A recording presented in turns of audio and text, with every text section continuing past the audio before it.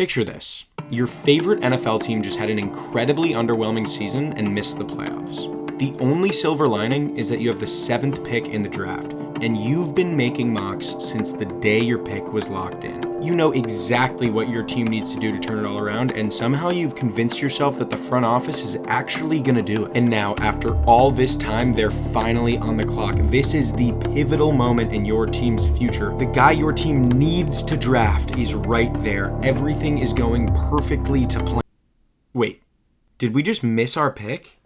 With the NFL draft quickly approaching, we thought this would be a great time to revisit some of the most unbelievable moments in the history of the event. And yeah, this happened to the Vikings back in 03. The clock is winding down on the Vikings. What's going on here? Here's what went down. Basically, the Vikings had the 7th pick in the draft, and they agreed to a last minute trade with the Ravens to move back to the 10th pick. The Vikings GM called the league to confirm the trade with 30 seconds left on the clock, but apparently it was just never confirmed with the league on the Ravens' end. According to their GM, they tried calling the league to confirm, but no one picked up the phone. And because of how last minute this was, they had no time to revert to a backup plan. So instead of making a pick or moving back to get some extra picks, they just did nothing and their time ran out. In the midst of all this craziness, the Jaguars, who had the 8th pick, just ran to the podium and selected Byron Leftwich. And the Panthers, who had the 9th pick, did the same thing before the Vikings were able to get everything sorted and get their pick in. As mismanaged and bad and embarrassing as this sounds and was for both teams involved, it genuinely could not have worked out any better. The Vikings got 6-time All-Pro defensive tackle Kevin Williams, and the Ravens, who wanted Byron Leftwich with the 7th pick, ended up getting 7-time Pro Bowler, 2011 Defensive Player of the Year Terrell Suggs. Sizzle. Ball so hard, University. Now let's take it all the way back to 1944. This is without a doubt the oldest moment we're going to talk about in this video, but it's such a crazy story that it just has to be mentioned. It was the 18th round of the draft, and the Eagles decided to draft a Syracuse fullback named Norm Michael. Except Norm didn't find out for over 50 years. As it turns out, they didn't realize that he had enlisted in the Army, and they just couldn't get in contact with him. Fast forward 55 years, and Norm Michael is chilling, drinking a cup of coffee, reading the newspaper, looking at an article that listed all of the Syracuse players that had ever been drafted to the NFL when he saw his own name. That was the first I heard of it. I thought my eyes were playing tricks on me, he told a local paper in Rochester, New York. I mean, imagine getting drafted in this year's draft and not finding out until 2080. That's what happened to this guy. The 78-year-old went on to say, "I still haven't heard from the Eagles, but I guess I may have missed my window of opportunity." All right, well, that same year that Norm learned that he missed out on his NFL dreams, one of the craziest trades in the history of sports took place at the NFL draft. Let's just say Mike Ditka, who was the Saints coach at the time, was a pretty big fan of Texas running back Ricky Williams. In fact, he was such a big fan that he would openly compare him to Walter Payton, and he even announced at the NFL owners' meetings that he was willing to trade his entire draft for the running back. But like, there's no way, right? There's absolutely no... Oh my God, he did it. Oh my God, he threw in another first and a third? Yeah, I mean, this trade is almost unbelievable. It's one of the most notorious trades in the history of the NFL, and Ricky even said this about it on the All the Smoke podcast. They gave up all those picks and the first pick for the next year. I wouldn't have done it.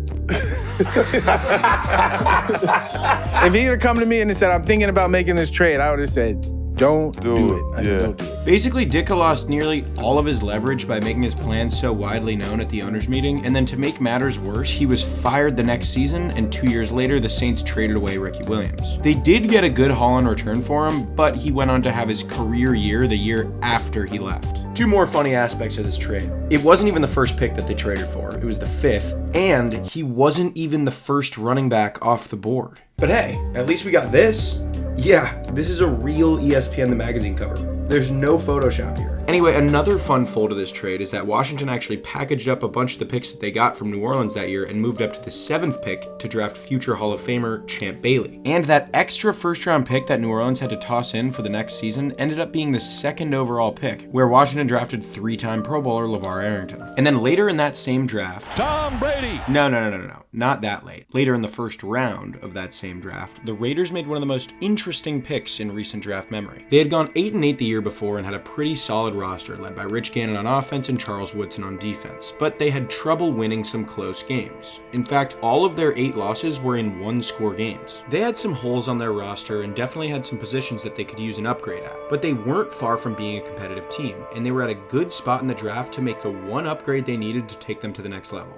So, the Oakland Raiders select Sebastian Janikowski, kicker, Florida State. yeah, they took a kicker, and all their fans were loving it. Don't get me wrong, Sebastian Janikowski is an absolute legend. This dude was a league-wide fan favorite for over a decade because he had a monster leg. One time they even trotted him out for a 76-yard try.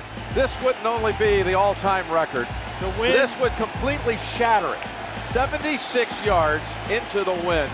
And yeah, he missed by an absolute mile, but who cares? It was 76 yards into the wind. Of course he missed. But look at this visual. I mean, this is why people loved him. Anyway, he played 17 years in Oakland and he holds the franchise record for points, so it's hard to call him a bust. But still, when you draft a kicker in the first round, you tend to look around at what you could have had, and yeah, Sean Alexander's pretty good. But this isn't even the first time the Raiders have done something like this. In the 70s, they drafted a punter in the first round. And again, you can't really call it a bad pick. He's the only punter in the Hall of Fame. Okay, a few more moments that are worth talking about before we wrap this up. In 1972, the Falcons tried to draft John Wayne. Yes, 64-year-old movie star John Wayne. Apparently, in the 17th and final round of the draft, the Falcons head coach Norm Van Brocklin stood up and yelled to his staff, "Do we want the roughest, toughest SOB in the draft?" Of course, everybody said yes, so he called up the NFL headquarters and said, "Atlanta picks John Wayne of Fort Apache State." And yeah, the NFL nixed that, but teams were just pranking the league. Imagine we're on day 3 of the draft and one team just tries to take Jim Carrey. That's pretty much what happened here. Now, the last thing we're going to discuss is the cause of one of the most obscure rules in the NFL.